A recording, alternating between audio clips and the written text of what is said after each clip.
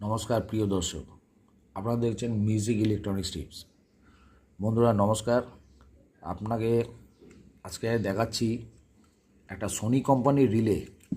এই দেখুন, এখানে লেখা আছে JAPAN জাপান, ঠিক আছে। এই রিলে সিস্টেমগুলো কাট অফগুলো দেখুন, এটা আমি খুলেছি একটু সার্ভিস করার জন্য। এখানে দুটো পাত্তি হালকা করে এমনি উপর দিকে এমনি করে চেপে তুলে দিন, আর এদিকেও ঠিক এমনিভাবে দুটো দিকে পাত্তিটাকে সোজা করে তুলে দেবেন। বেশি সোজা করবেন না, নয়তো এটা ভেঙে যেতে পারে। এবার হালকা করে এমনি নিচের দিকে দুদিকে চাপ দিন, দেখুন পাত্তিটা এমনি খুলে বেরিয়ে যাবে। এই দেখুন, আমি পাত্তিটা পুরো খুলিনি, কিন্তু স্ট্রেট করতে গেলে পাত্তিটা আবার বেন্ড করা যাবে না, ভেঙে যাবে। বসানোর সময় হালকা করে আস্তে করে এমনি করে বসিয়ে সেট করে নিলে আর এটা ডিস্টার্ব হবে না।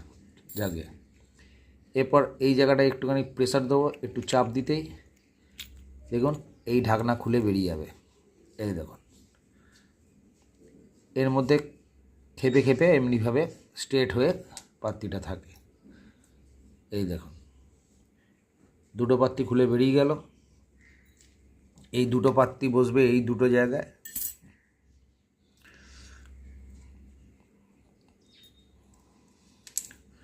এবার আপনাকে মেনগুলো দেখাচ্ছি।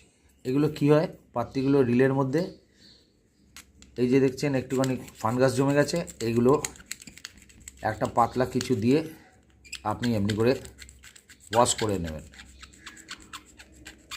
দেখেছেন বন্ধুরা,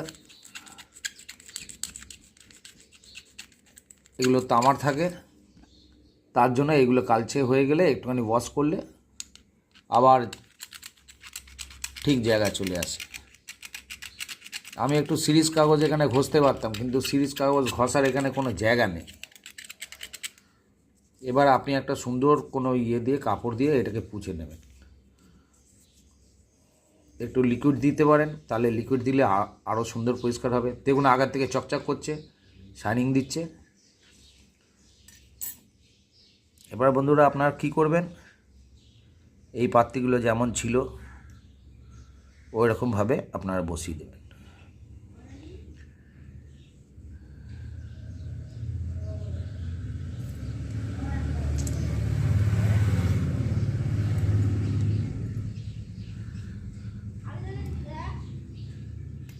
এরকমভাবে হালকাভাবে যেমনভাবে ফিটিং করার, আবার যেই কাজ সেই এমনি ফিটিং করে দেবেন, আর এটাকে মুখটাকে বন্ধ করে দেবেন।